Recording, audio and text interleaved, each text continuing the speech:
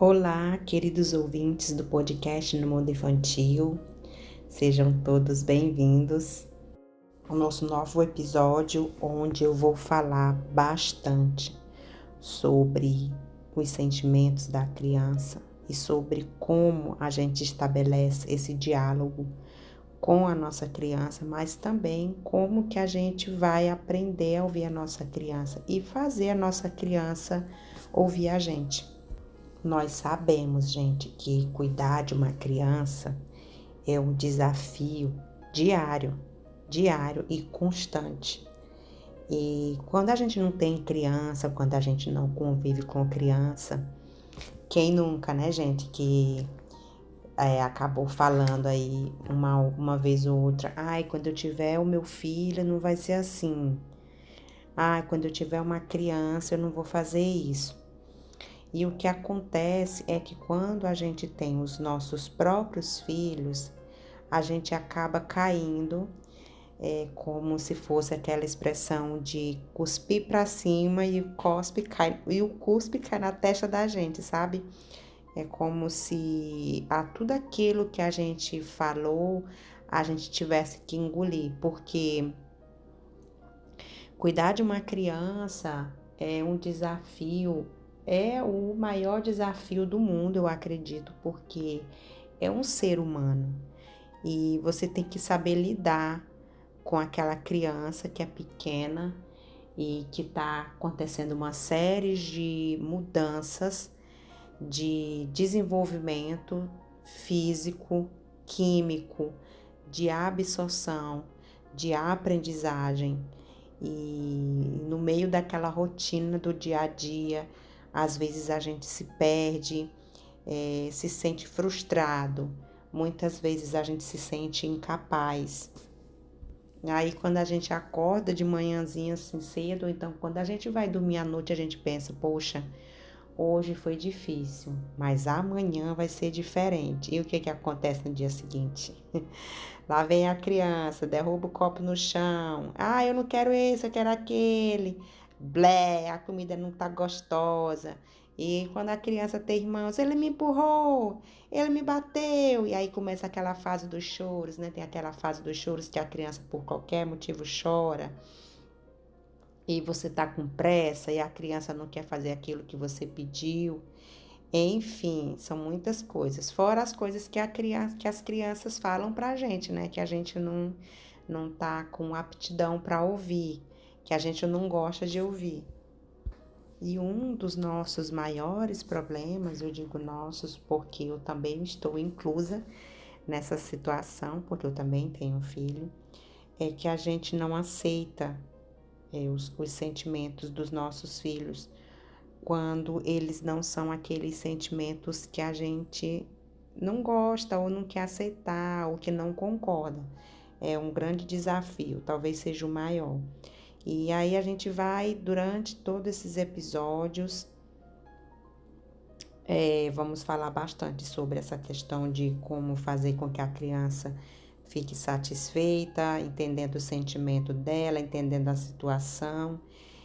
Porque muitas vezes a gente corre o risco de, dependendo da situação, ter aquela reação imediata de dar uma resposta como se a criança precisasse de uma resposta, mas na verdade a resposta vestiria primeiramente a gente como adulto, como por exemplo, você tá falando isso porque você tá cansado.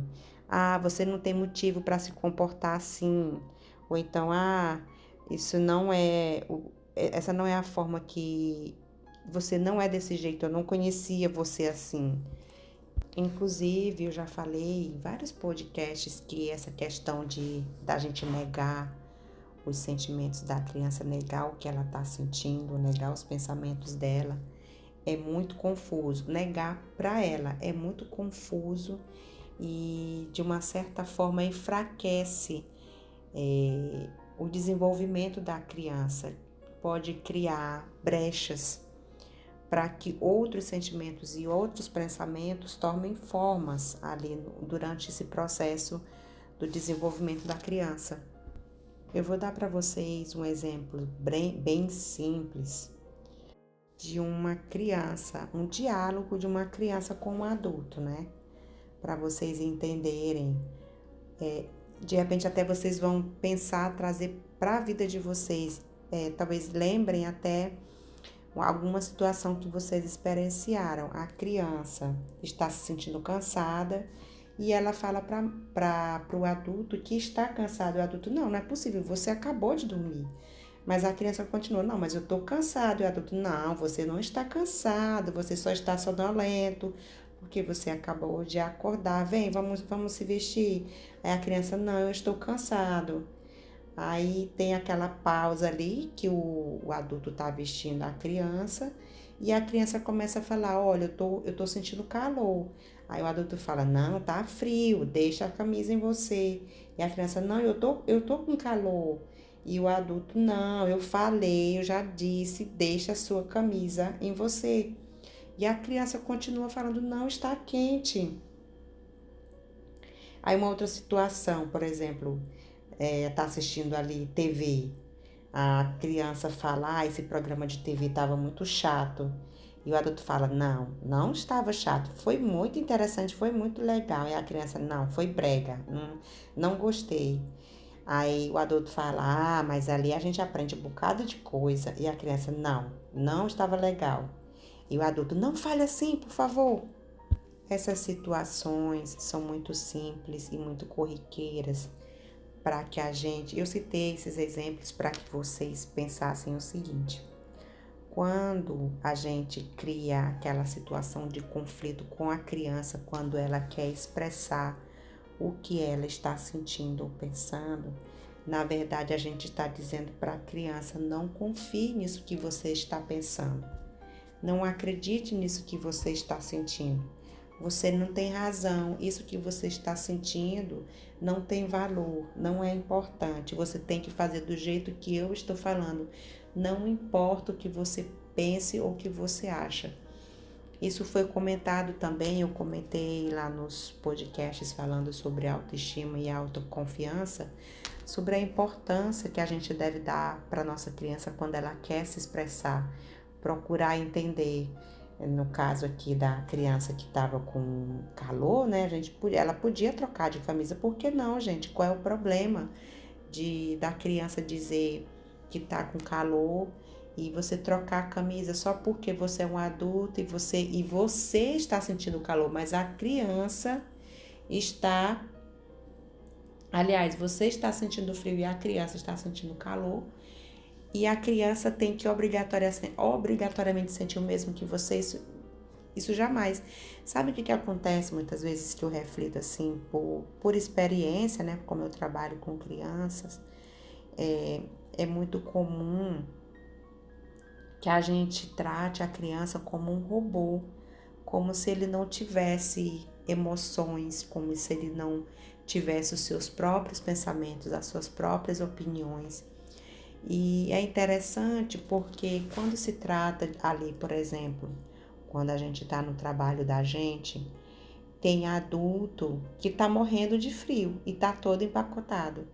E já tem adulto, nossa, você está todo empacotado, mas eu estou sentindo muito calor. E a gente não fala nada, a gente não tenta convencer aquele adulto, porque a gente sabe que todas as pessoas têm opiniões diferentes, têm sentimentos diferentes, as pessoas são diferentes.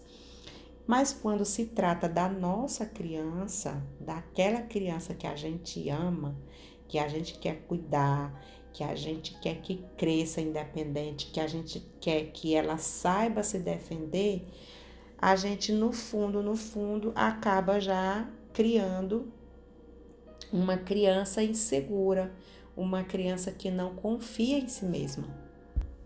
E gente, das melhores formas da gente entender a nossa criança é fazendo aquele mesmo processo que a gente aprende na sociedade, de se colocar no lugar do outro.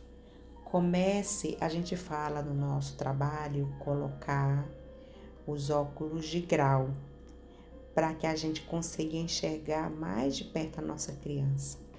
Então, a melhor solução para resolver, principalmente quando são crianças que têm que as pessoas falam que são crianças com personalidade forte. Depois de eu já ter lido muito, e existem pesquisas e os cientistas dizem isso, os psicólogos dizem isso, que a personalidade da criança não está formada.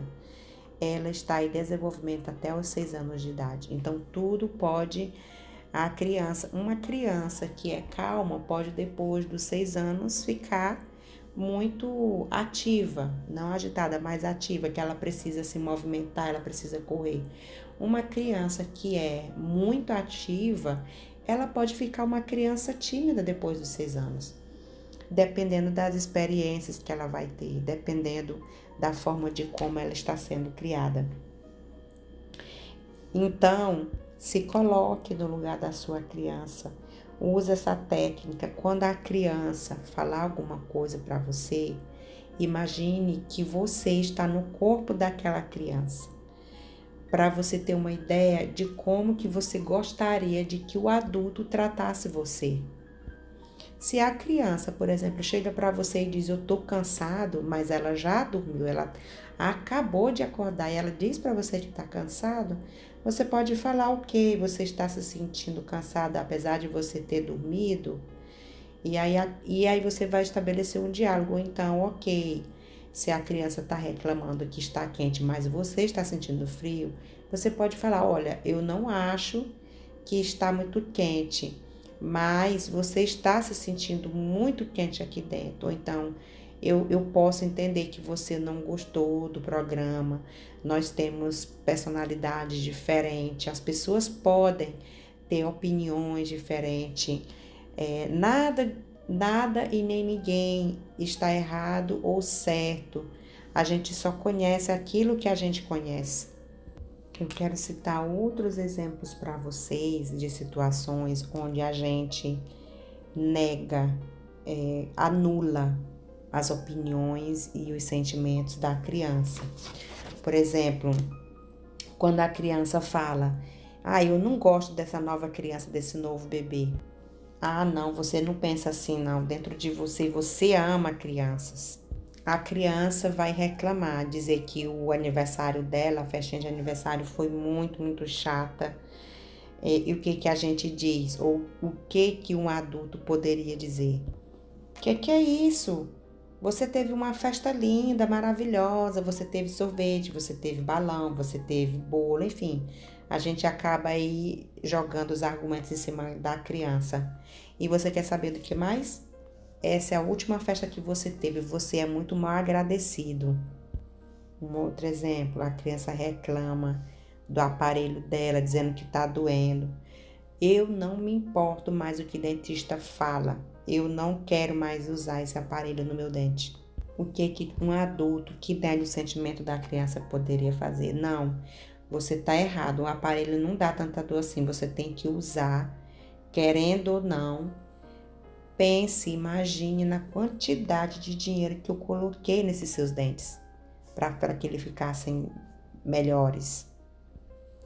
Esse comportamento de negação e de anulação dos sentimentos da gente, dos pensamentos da gente, acontece primeiro no mundo adulto e é transferido para a criança. Eu vou citar um exemplo para vocês, para que vocês entendam sobre mais ou menos o que eu estou falando. Por exemplo, você está no trabalho e o seu chefe pede para que você faça um trabalho ali específico que vai exigir de você uma dedicação maior. E você passa o dia inteiro focado para fazer aquela tarefa. Aí quando chega o final do dia, o seu chefe chega e pede o trabalho. Só que você não conseguiu fazer o trabalho todo. Aí o seu chefe grita com você, começa a brigar com você.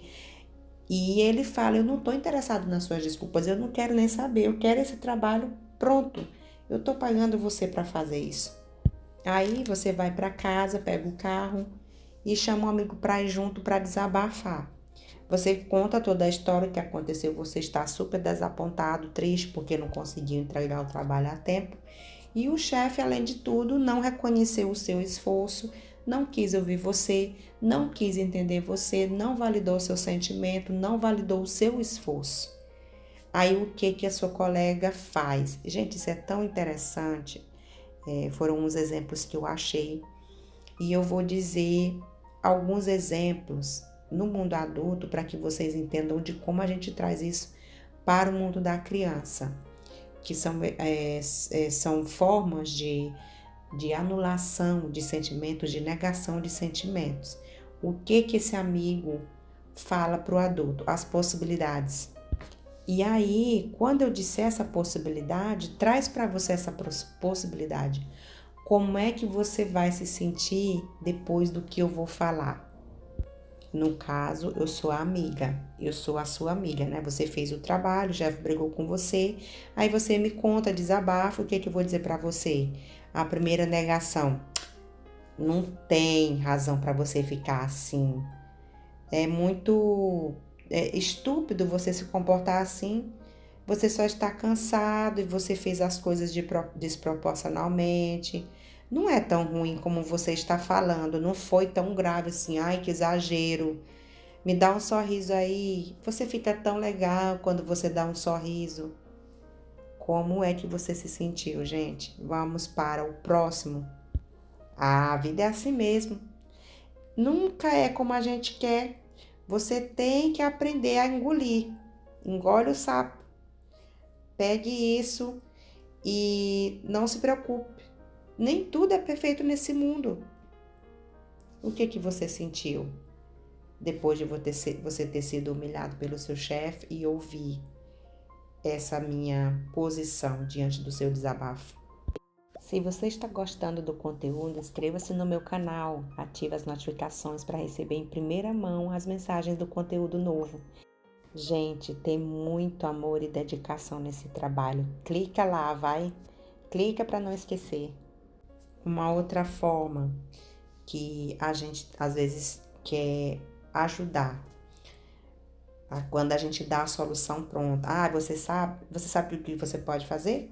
Amanhã você vai no chefe e vai dizer para ele: eu errei, me desculpe, pegue esse trabalho que está incompleto hoje, mas não permita que essas barreiras, essas dificuldades crie um empecilho para que você se aprofunde nisso, para que você mergulhe nesse trabalho. E se você for uma pessoa sábia e quiser ficar no seu emprego, não diga nada, porque isso vai acontecer de novo.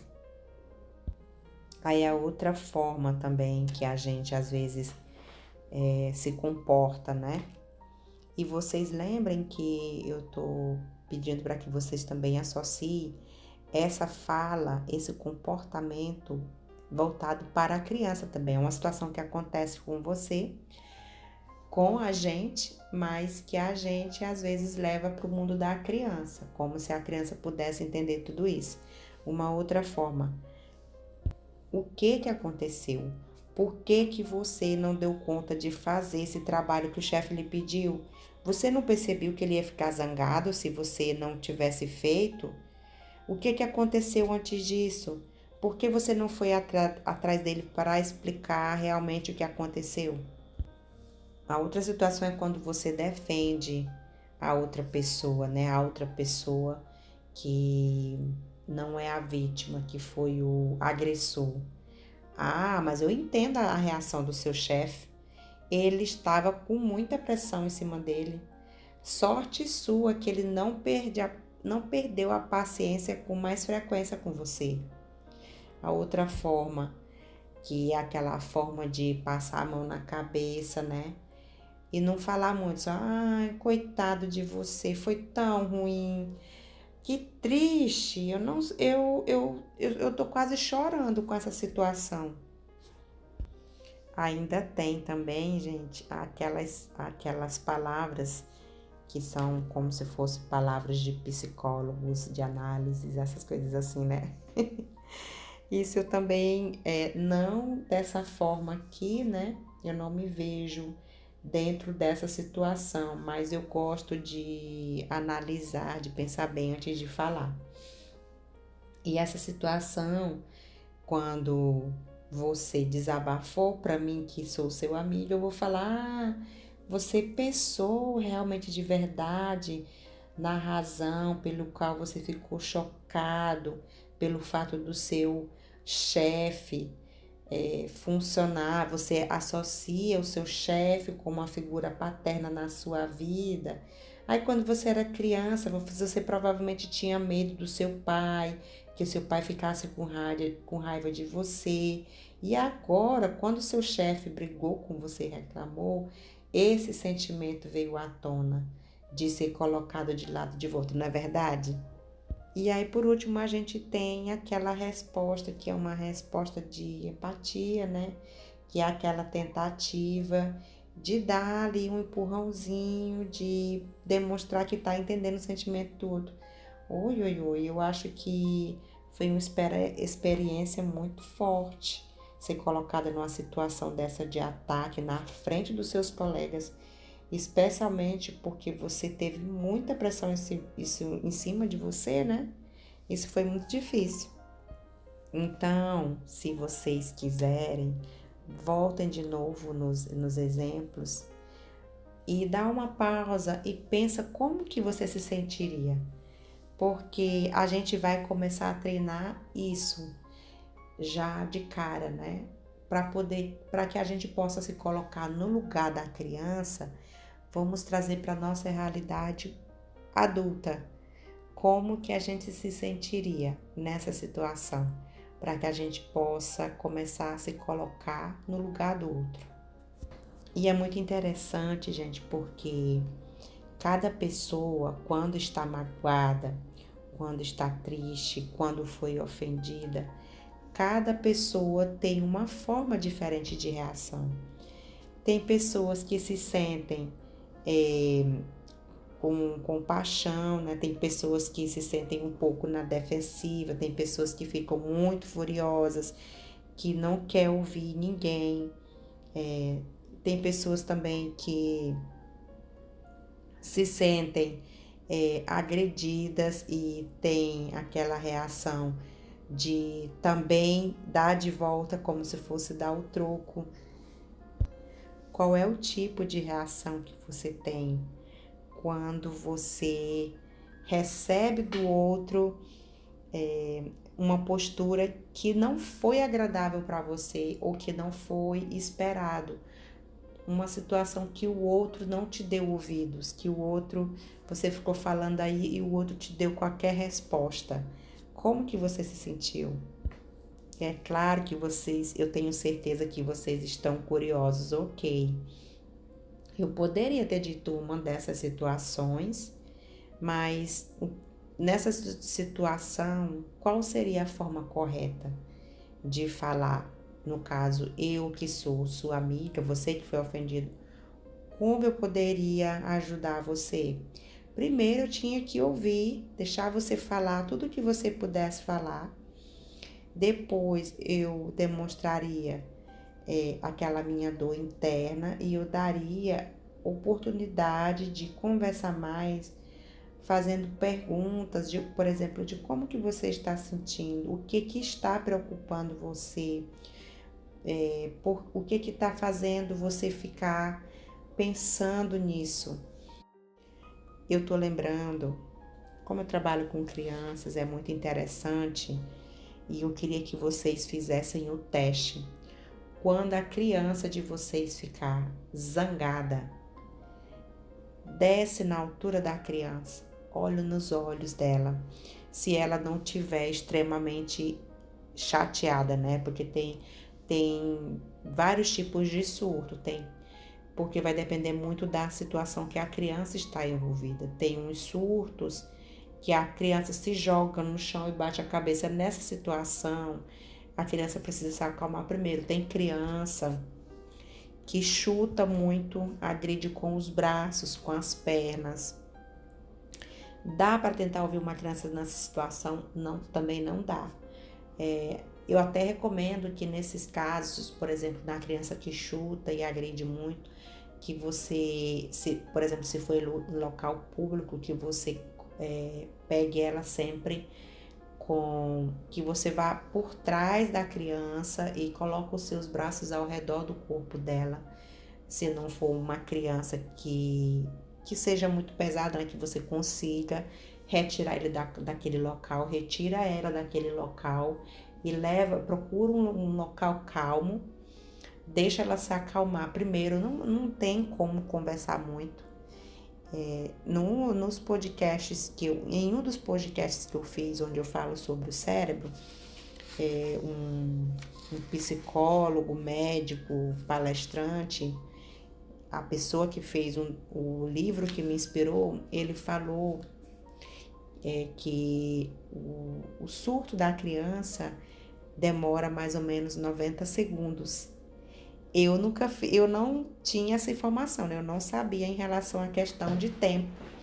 Foi muito interessante. Eu nunca pude medir, porque essa informação foi nova, mas você pode fazer o teste em casa.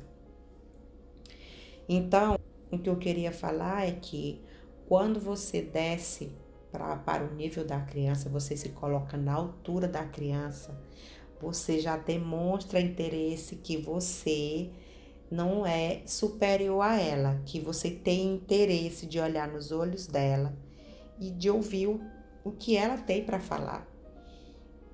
E aí você pode conduzir a conversa. O que você está sentindo?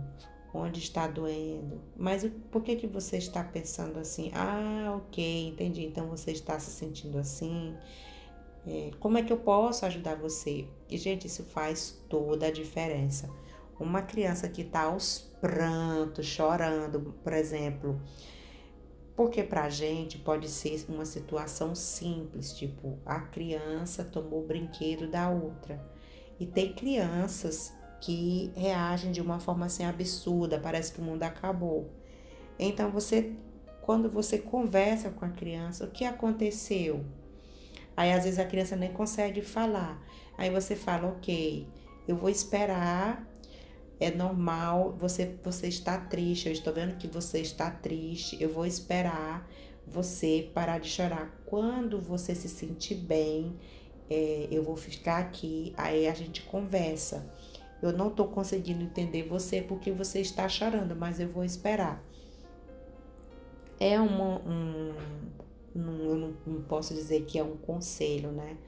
Mas não é recomendado que você peça para a criança parar de chorar para que você entenda ela. Também não é recomendado você dizer, você já é uma criança grande, ou então, que bobagem, você não precisa chorar. Deixa a criança chorar e deixa ela se acalmar. E aí depois você dá atenção para aquela criança. E, gente, é incrível. Você deu atenção, resolveu o problema, a criança já abre um sorriso. Quando a gente dá ouvido para nossa criança, ou quando a gente dá ouvido, não é só colocar o ouvido, mas prestar atenção, procurar entender, não é interpretar, tá, gente? Porque às vezes a criança está falando uma coisa e você interpreta o que a criança está falando. Você acaba ali traduzindo dentro do seu contexto, dentro da sua opinião, dentro daquilo que você acha que a criança está dizendo. E não é isso. A criança, ela está falando e você precisa entender o que ela está falando, por que ela está falando. É claro que nesse caso aqui se aplica às crianças que já conseguem se comunicar verbalmente. Mas eu também trabalho com crianças, o meu grupo é de crianças pequenas de 1 a 3 anos, mas eu trabalho com crianças de 3 a 6 anos também, porque é um sistema diferente aqui na Suécia em relação às escolas.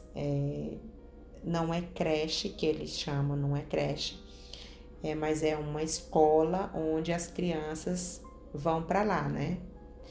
E não é obrigatório. Os pais colocam se quiser.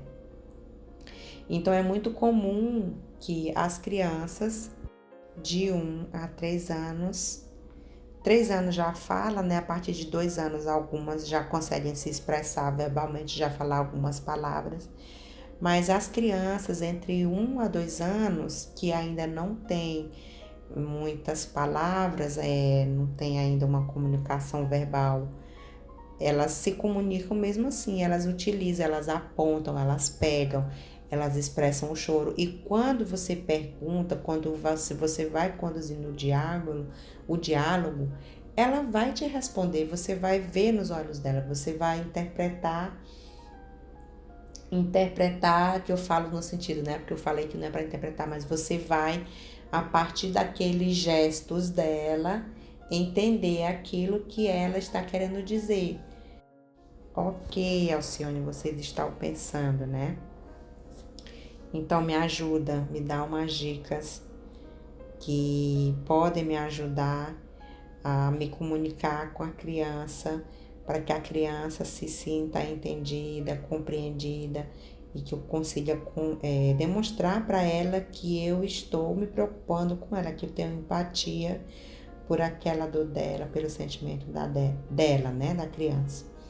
E não é um processo, como é que eu vou falar assim, não é que é normal, mas não é um processo que é comum do adulto fazer, de procurar mostrar de forma empática essa comunicação com a criança. Geralmente a gente tem uma tendência a negar o sentimento daquela criança, a negar o pensamento dela e a impor as nossas limitações, porque nós fomos educados assim, a sociedade ensina a gente a ser assim.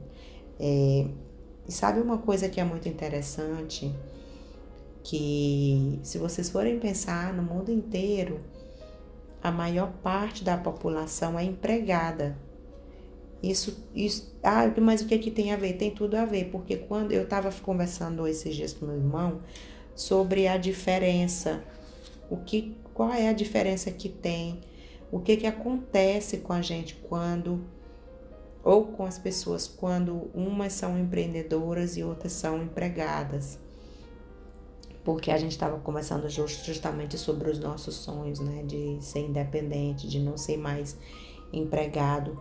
Por quê, gente? Porque quando você é empregado, você tem uma capacidade limitada. Como, por exemplo, você vai fazer um treinamento, você vai fazer um curso dentro da empresa, a empresa vai te dar aquele conhecimento focado, de acordo com o interesse dela, para que você absorva aquilo e dê de volta para ela aquilo que ela quer. E é diferente de quando você é empreendedor. Quando você é empreendedor, você vai em várias ramificações, você vai atrás. Aquilo que te interessa, aquilo que você acha que vai valer a pena, aquilo que você acha que vai chamar atenção.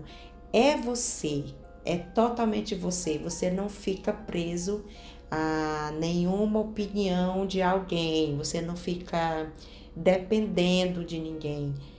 Tudo depende de você, os seus estímulos, a sua aprendizagem é outra.